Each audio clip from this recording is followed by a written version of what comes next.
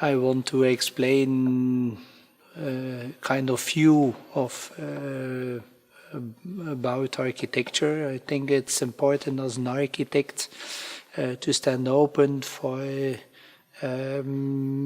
questioning conventions. Questioning conventions means that you have to keep awake and that you have to be open for given things, things who are for free, things who are yet, and for example in a project, find things and do things with it, because as an architect I believe we have a social responsibility.